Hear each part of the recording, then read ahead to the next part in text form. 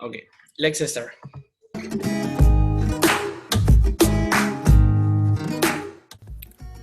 Uno de los varios grupos que forman parte de la población latinoamericana son los afrolatinos, los descendientes de africanos, quienes representan una gran parte de Latinoamérica. La influencia de las costumbres heredadas del África Occidental y las Antillas ha marcado definitivamente la cultura afro en América, tanto en la gastronomía y la música como en sus tradiciones. La población de ancestros africanos, descendientes de los esclavizados traídos por los comerciantes ingleses, franceses, holandeses, portugueses y españoles durante la colonia, se concentra a lo largo de todo el continente americano. Los esclavizados trabajaban fundamentalmente en las minas o en las plantaciones de azúcar y algodón, y como empleados domésticos en todas las grandes casas coloniales.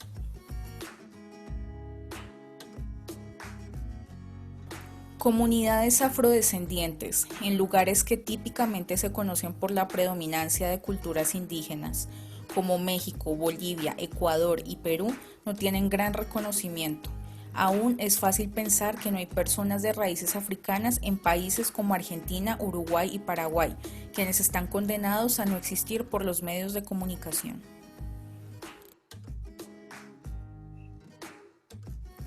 No fue una excepción que en el tráfico de esclavizados que llegaron a América no llegaran negros a estos países, ni tampoco hay una sola razón que explique que siempre fueron todos de tez blanca los que llegaron en aquellos barcos a instalarse a países con población mayoritariamente caucásica.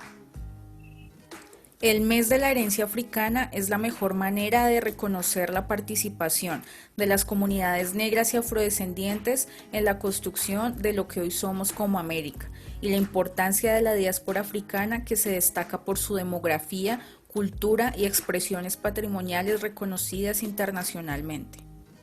Las poblaciones afrodescendientes poseen un invaluable legado cultural que tiene sus raíces en la riqueza e inmensidad de las culturas africanas y que adquirió en el contexto americano sus propias particularidades.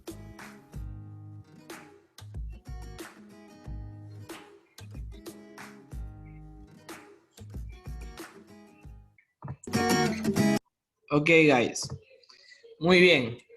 ¿Qué pudimos observar en el video? ¿De qué trata el video? De la descendencia Descendientes de África a Latinoamérica, Ya, muy bien. los afroamericanos. Muy bien, los afroamericanos, ¿no? Eso, la frase o el término afroamericano o afrodescendiente, afroecuatoriano, lógicamente ya sabemos, ¿no? Afro,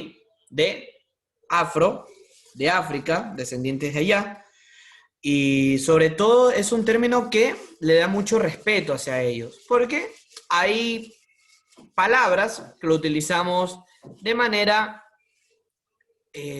¿cómo podría decirlo? Es mal utilizada, a veces despectiva, de forma despectiva, o en tal caso, cuando existe un grado de confianza, se la podrá utilizar. Pero nunca se le puede expresar a una persona que no conocemos, primero, negro, porque no le hablamos a la tez de la persona. Cuando hablamos la tez es del color de la piel, ¿ya? No mencionemos así, ¿no? Porque obviamente suena como un poco despectivo y nada que ver ya el término, porque para eso existió afrodescendiente, para darle un respeto, una igualdad, porque antes, y esto viene de la época más atrás de la colonial, o sea, de la etapa de conquista, cuando fuimos esclavizados por los españoles y todo eso, hubieron ya personas de tez morena que solo se encargaban para unas cosas, ¿como cuáles? La agricultura, pesca, ganadería, a Sí, veces pero hacían de todo, dientes muy, en las casas grandes. muy bien, Ethan, está bien, pero ¿qué eran? Ellos podían ir libres así por el mundo, salir eran como... esclavos. Muy Eran bien, Gabriel. esclavos de las personas que eran blancas. Muy bien. Y más de las blancas, sino de las personas que tenían poder, ¿no? Que se crean Como de tenían todo. poder o granjas y los mandaban, los esclavizaban y los mandaban a otros lados para que hagan cultivos. Muy bien. Excelente, Miguel, Gabriela, Eta. Bien. ¿Ya? Eso. A eso todavía, y lastimosamente en un siglo XXI, se viven en ciertos países de Europa. Bueno, esto del racismo En todavía España, sigue, profe.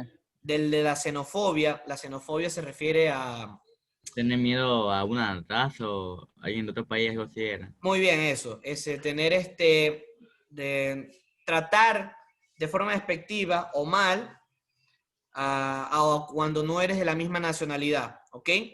Tratar mal o sentir miedo hacia un extranjero. Eso significa xenofobia, juntada con el racismo, lógicamente ya que va por el tema de la raza, el color de la piel y todo eso. Entonces, y esto lamentablemente sigue. Si antes era más, porque antes era una persona que la esclavizaban, compraban esclavos, o sea, había intercambio de personas negras por trabajo, por mano de obra. Lo usaban.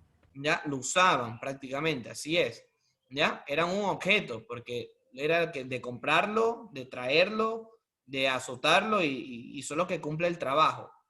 Entonces, de eso viene este tema, del respeto hacia las culturas.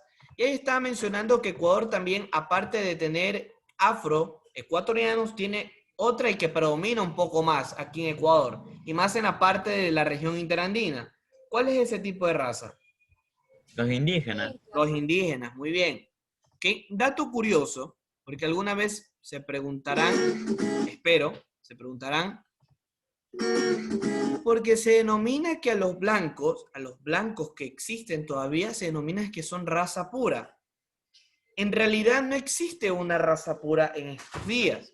¿Okay? Si podemos hablar de una raza pura, o sea, de lo que ahora podría existir, en sí serían los indígenas, en nuestro territorio. ¿Por qué? Porque antes de colonizarlos solo habían indios, ¿ok?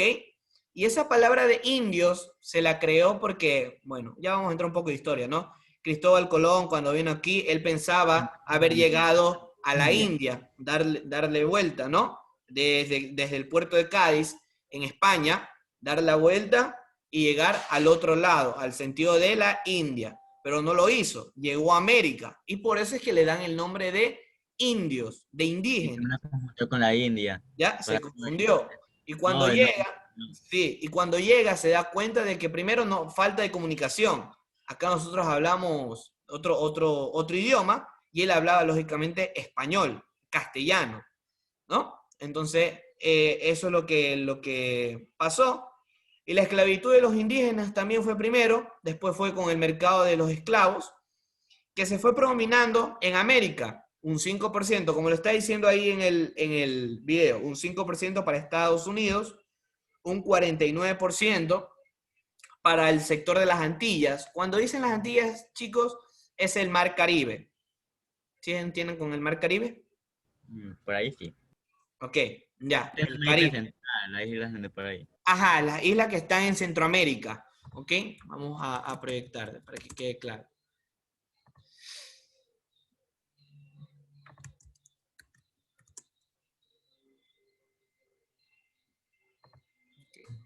Aquí, esperen un ratito, vamos a compartir. Okay.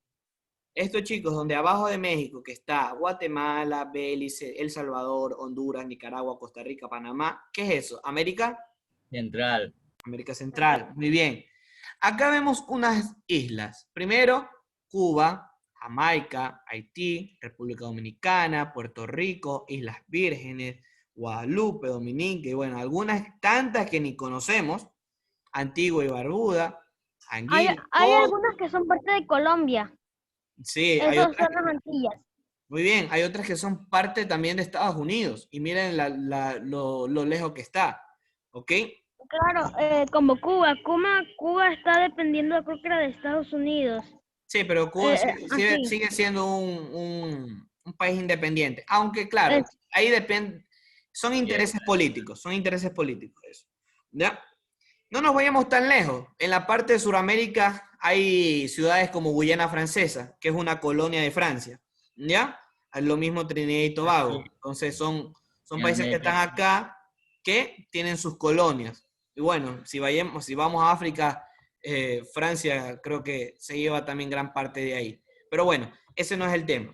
Después llegan acá al mercado de Ecuador, los negros, perdón, los afrodescendientes, los afroamericanos, llegan y hay un lugar en donde se establecen aquí en Ecuador y hay un lugar en donde son conocidos por vivir personas afrodescendientes. ¿Qué provincia es aquella? La provincia de Esmeralda. Esmeralda. La Una provincia de Esmeralda. llegaron ahí. Hay otra que va un poco más allá. ¿Cuál es? El Valle del... El valle ¿Han escuchado de eso? de... Hay No. hay dos sectores en donde se sientan una gran población de afrodescendientes. Tanto Esmeraldas como el Valle del Chota. No lo olviden eso. El Valle del Chota también. Ya, que pasó por el cuerno. ¿Ya? Sí. Dicen que el Valle del Chota es un pedacito de África. ¿Ok? Esto, aquí. Aunque vemos que es un asentamiento tipo como de la sierra, pero hay personas con cultura porque llegaron allá, ¿ya? Se trasladaron. Personas que escaparon en su momento de toda esa de esa fuerte español, en donde se asentaron allá, ¿ok? Ay, no sé por qué siempre cuando pongo algo de negrito sale algo de los jugadores. No. Eso es estereotipo, chicos. ¿Ya? Todo eso. Entonces, hay dos sectores. No solo piense que es Esmeralda, también el Valle del Chota.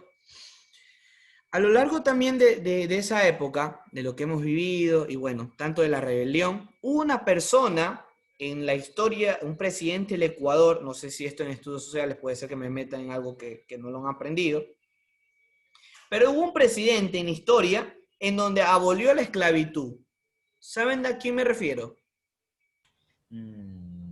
¿Han aprendido algo de los presidentes? Había uno que lo asesinaron. Ya, pero ese tema, Esteban, no estamos hablando. ¿Ya? Hay algunos que lo asesinaron. O sea, el más reconocido es Jaime, bueno, no sé, todavía no se sabe si lo asesinaron o no, pero uno es Jaime Roldós. Ok.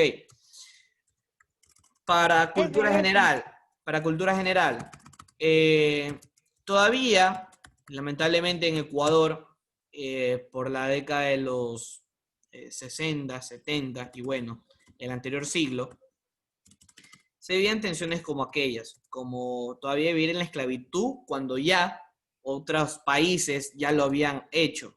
Cuando dice abolir es eliminar, suspender, ¿ok? Ya que no exista esa diferencia entre una persona de tez blanca con una persona de tez morena. ¿Ok? Que usted le pregunte algún día cuál fue la persona o el presidente de aquí en Ecuador que abolió la esclavitud, usted va a saber qué responder. Es José María Urbina y Viteri. ¿Ya? En 1851 se declara ese decreto de abolir la esclavitud. José María Urbina y Viteri. ¿Okay? No sé si han visto los presidentes, es un bonito tema, por eso lo traigo a colación, porque me acuerdo todavía en la escuela. Entonces, eso es lo que sucedió. Ya en otros países, ya como también un exponente máximo, cuando hablamos de personas afroamericanas, ¿ya? Hay un exponente máximo en donde es bastante alabado en África, sobre todo por lo que hizo. El primero es Martin Luther King, un orador, exponente afroamericano, defensor de los derechos de todas las personas. Porque es que lo que pasaba, chicos, era bien trágico, si lo puedo decir de una manera, de que en los automóviles de cualquier lugar del mundo, de África, Estados Unidos, de España, los automóviles o los buses públicos, subía una persona de tez blanca y lo hacían bajar. O si se sentaba, iban a otro asiento. O sea, era tanto el repudio de una persona negra, en ese momento se los decía así, de afroamericana, de ese desprecio total, solo por un cambio de color. Entonces, en un año existió un bus que nomás era para la gente de tez negra. Por tanto de eso tuvieron que hacer un bus para que nomás se suban la gente de color negra. Así porque es. en ese tiempo eran como empleados y todo eso. Claro. Hay una película. Sí, hay muchas películas de esclavitud y sí, trata de eso sobre todo. Y lo de las mujeres no, ahorita se me olvida el nombre, pero solo eran las mujeres, obviamente, ¿no? Como la antigüedad, como en los primeros años de la evolución del hombre, la mujer de quedarse en casa, recolectar frutos, nada más. Peor las mujeres de tez negra, en donde solo eran para amas de casa y nada más. A veces eh, ahí se combina, ¿no? Y lamentablemente que todavía se siga pensando así. A veces ya por ser mujer era discriminada. Ahora imagínense una mujer con tez negra. Entonces, era peor. Bueno, en las preguntas que estaban ahí, dice, ¿cómo se ha marcado la cultura afro en América? Hablando en América, no solamente Sudamérica, estamos hablando en América.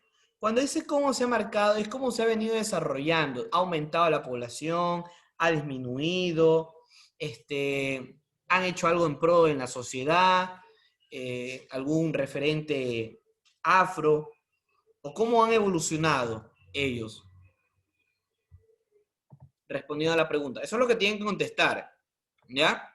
¿Cómo se ha marcado la cultura afro en América? Han introducido tradiciones, costumbres en Ecuador, que más, eso es lo que más tenemos arraigado, en otros países. ¿Qué han hecho? Algo deben haber impuesto. Tienen a lo mejor una cultura o algo. Gastronomía, vestimenta, nada. La alfarería. La alfarería, muy bien. ¿De qué se trata la alfarería, Ethan? Los adornos de barro. Muy bien. Es la arte o la técnica de fabricar objetos de barro cocido. Muy bien. La Este es el que va agricultura. moldeando. Ustedes se han visto, ¿no? Algunos videos en donde vas moldeando ya con el mismo Sí. barro, le van poniendo, están dando forma. Bien, alfarería. ¿Qué más? Justamente lo que estamos hablando en Música, la educación marimba. física. ¿Qué es lo que tienen que bailar? ¿Cómo era? El, el mapalé. Mapalé. Ya, una de eso es muy bien, Ethan también. La marimba, el mapalé, bueno, son canciones, músicas En general son tradicionales de música, ellos, Pone músicas danza, y bailes. cultura. tipos En de general danza, músicas y bailes. bien, En general. muy bien, tipos de danza, cultura, ya, tradiciones, bien, excelente, ya. Eso es por la primera. ¿Y en qué países no existe descendencia africana? Dice que no existe descendientes Argentina, africanos Uruguay y en Paraguay. Uruguay y Paraguay. Bien, muy bien, ok. Aunque después sí se han desarrollado, o sea, lo que se refiere a que no hay descendencia, no es como que ahí iniciaron, pero sí hay personas o sea, no es que no vamos a encontrar en Argentina, no vamos a ver a ningún afro, ¿ok? Sí lo vamos a observar, pero es porque después él a lo mejor ha ido a ese país. No es que no va a haber, ¿ok? No hay una descendencia. Cuando hablamos de descendencia es que evoluciona el hombre en ese lugar, ¿ok? Como nosotros aquí en el momento de la colonia, ¿ya? A eso se refiere con descendencia. Cuidado a pensar, el profesor me dice que en Argentina no voy a ver personas de tez negra. No, sí lo va a ver. Ya lo mismo en Uruguay, lo mismo en Paraguay, y creo que ya alrededor del mundo ya existe alguna persona con tez morena.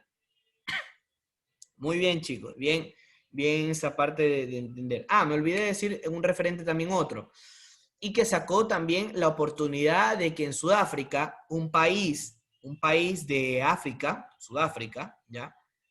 Sea sede de un mundial. Usted sabe que los mundiales manejan mucho, mucho dinero para un país que en África se considera en donde hay pobreza extrema, ¿ya? Uno de ellos es el enigmático Nelson Mandela. ¿Sí lo han escuchado? No. No. Bueno, él, vamos a ver un poquito de él, que es importante cuando hablamos de los afro.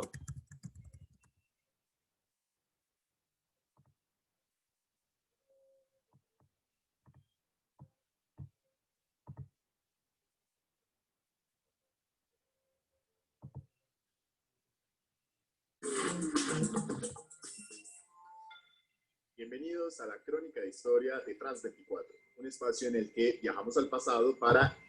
Ok, vamos a ver esto. Ya les voy a enseñar quién era Nelson Mandela. entender los hechos del presente. Hoy vamos a hablar de Nelson Mandela por la conmemoración de los 100 años de su natalicio, el hombre que fue el rostro internacional de una lucha contra el apartheid, el sistema de discriminación racial que tanto aquejó a la extensa comunidad afro en Sudáfrica durante el siglo XX. Para esto nos acompaña en el estudio Rosa Carlina García. Ella ha sido consultora de organismos internacionales como el Banco Interamericano de Desarrollo en el marco de temas de inclusión y equidad social. Rosa, bienvenida a los estudios de France 24 y empecemos por descubrir quién era Nelson Mandela. Nelson Mandela es considerado uno de los líderes más importantes del siglo XX, un hombre que dio su vida en la lucha contra la discriminación racial y el apartheid en Sudáfrica y que ha dejado un legado muy importante para la humanidad. Y los 100 años que se están conmemorando de Nelson Mandela corresponden a que él nació el 18 de julio de 1918 en el seno de una familia real, pero no era cualquier familia real, era una familia real tribal, la familia de los Tembu, el pueblo de los Tembu. ¿Qué tanto influyeron esos años, esa infancia de Nelson Mandela en su posterior activismo social, activismo político? Indiscutiblemente, los años de infancia en la vida de Nelson Mandela tuvieron un impacto muy importante y son la base de todo su proceso posterior, porque él creció en medio de los jefes tribales de Tembu y pertenecía además a una familia real, lo cual le permitió conocer de cerca muchos de los desarrollos a los cuales se veían, digamos, expuestos en esos momentos estos líderes tribales. Él creció escuchando las historias de los jefes tribales, creció con el orgullo de ser además un miembro de esta realeza y eso le permitió además acceder a unas opciones de educación que el promedio de la población no tenía para ese momento. Y unos años más tarde, Mandela, ya cuando es joven, viaja a Johannesburgo y se enfrenta con otra realidad, y es la que en los años 40, en los años 50, en el poder comandaba la minoría blanca de los afrikaners, que era esta población de origen neerlandés, y donde se está llevando a cabo el proceso del apartheid. ¿Qué es esto del apartheid? ¿En qué consistía? Bueno, eso fue un cambio importante en la vida de Nelson Mandela porque cuando se está en una población donde se es mayoría y se hace parte además de digamos, de los jefes, pues se tiene unas condiciones de vida diferentes. Cuando él llega a Johannesburgo, se tiene que enfrentar a un marco de discriminación donde son claras las condiciones en las que tiene que vivir la población negra, a pesar de ser de mayoría en Sudáfrica, y en esa medida se tiene entonces que enfrentar también a las limitaciones a pesar de su Hay chicos los que estábamos hablando de la discriminación, ¿ah? realeza Ok. en un contexto como ese. Así que eso es muy importante para su formación política y para su desarrollo posterior. Y en este marco también, además, con ocasión de la llegada del Consejo del Partido Nacional Africano al poder en 1948, pues se agudiza porque se convierte en legal el proceso de apartheid y por lo tanto, pues hay unas condiciones mucho más extremas en donde hay una separación real y evidente entre a dónde pueden acudir y en qué espacios pueden estar la población negra, que es mayoría, y la población blanca, que es una minoría. Y en este marco además se establece que solo el 13% del territorio está, digamos que destinado a la población negra. ¿Qué tipo de espacios eran esos donde no podían estar los negros y los blancos? En los restaurantes, en los buses, digamos, cómo se distribuía el territorio, en qué barrios vivía la población blanca, en cuáles vivía la población negra y en qué condiciones. Estaban prohibidos, por ejemplo, los matrimonios interraciales. Entonces, digamos que en todo esto había una condición diferencial muy grande, pero además en la que esa mayoría negra vivía en condiciones de marginalidad extremas. Y Mandela, por ejemplo, en su universidad era el único afrodescendiente y él comienza allí a experimentar y a vivir esos primeros episodios de racismo y muy pronto, una vez él se gradúa, comienza un activismo social en el Congreso Nacional Africano. ¿Cómo es que Nelson Mandela logra ese protagonismo en Sudáfrica para ser el líder que hoy conocemos?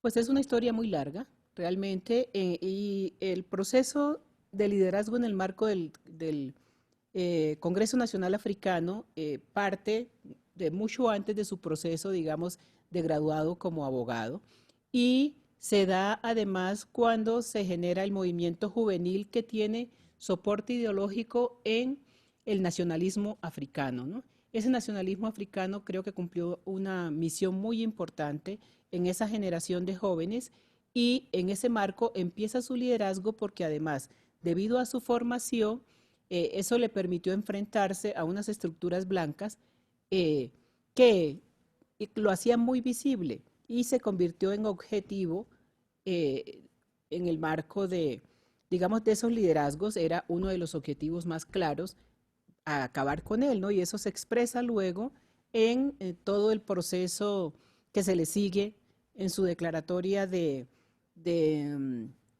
traidor de la patria, y a él se le acusa además de estar dando una pelea para derrocar el gobierno, ¿no? Entonces, en ese marco es realmente muy visible su liderazgo y muy visible además la persecución que se genera en torno a él. Y usted lo menciona, lo acusan de traidor y en la década de los 50 entra a la cárcel por cadena perpetua. ¿Qué pasa con Nelson Mandela en la cárcel? ¿Qué pasa durante esos años en Sudáfrica? Nelson Mandela estuvo preso 27 años y ese también fue un periodo muy importante porque es allí donde se genera el proceso de cambio, cuando él se hace consciente de que no solo los africanos negros son, digamos que tienen unas condiciones un poco, o mejor, muy complicadas, sino que aún algunos blancos pues están en ese proceso por desconocimiento de la realidad y porque no hay un mecanismo de acercamiento entre las dos culturas. Él hace un acercamiento con sus propios carceleros. Allí empieza un proceso que le permite a él buscar otras alternativas de cómo cambiar las circunstancias actuales del país, y empieza allí entonces un proceso de acercamiento con el gobierno de De Klerk y un proceso de negociación. Para ese momento había mucha presión en el mundo exigiendo su liberación, dado que se consideraba que era injusta desde todo punto de vista, y se genera entonces, en medio de una crisis que está sufriendo Sudáfrica, la liberación de Nelson Mandela, y continúa el proceso de negociación con De Klerk para lograr que se den elecciones libres en Sudáfrica, lo cual se hace efectivamente en 1994. ¿Y qué pasa con Nelson Mandela? Llega a la presidencia, logra una reunificación. ¿Qué sucede en esos años? En 1994, Nelson Mandela llega a la presidencia de Sudáfrica como el primer presidente negro, además elegido de manera soberana, porque además es la primera vez que la población negra elige en Sudáfrica, y las banderas básicas de su lucha están dadas en dos sentidos. Uno, en la terminación de la discriminación racial en Sudáfrica y el apartheid, y otro en la generación de equidad y de igualdad de oportunidades para la población negra sudafricana. Y en ese sentido, no solo se avanzó muchísimo en Sudáfrica, sino que además, aunque él tuvo la posibilidad de reelegirse como presidente, él no aceptó la postulación y luego se elige nuevamente a un presidente negro, lo cual expresa que efectivamente ese proceso digamos que tuvo y generó bases sólidas para el cambio en Sudáfrica. Inmediatamente se gana el Premio Nobel de Paz. ¿Por qué cree usted que le dieron este premio, este honor a Nelson Mandela? Indiscutiblemente todas las acciones que desarrolló Nelson Mandela a lo largo de su vida lo llevan a esa posibilidad, y creo que es uno de los premios Nobel de Paz más coherentes, porque después de 27 años de estar preso, después de todos los años de lucha y de persecución que tuvo antes de llegar a la cárcel, y posteriormente todo el proceso que da para lograr la unificación de Sudáfrica, indiscutiblemente requieren de un carácter, de una visión y de una inteligencia que pocos tienen en el contexto, líderes han podido expresar en el contexto mundial. Para hoy en día, ¿qué legado le dejó Nelson Mandela al mundo? Indiscutiblemente el hecho de que es indispensable avanzar en la terminación del racismo y la discriminación racial, en temas como inclusión y equidad, efectivamente en la generación de oportunidades para todos, en el hecho de que podemos ser diferentes y podemos hablar y encontrarnos desde la diferencia y que siempre hay puntos de encuentro en los que todos podemos participar para hacer de este mundo un mejor lugar. Y una cosa que me parece muy importante dentro de todo su legado, y es que él considera que todos podemos y debemos hacer desde el lugar en donde estemos lo que esté a nuestro alcance para hacer de la sociedad y del mundo un mejor lugar.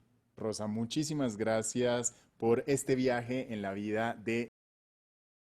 Los invitamos a que guys. esta y otras historias las... Bueno, escuchamos de él, Nelson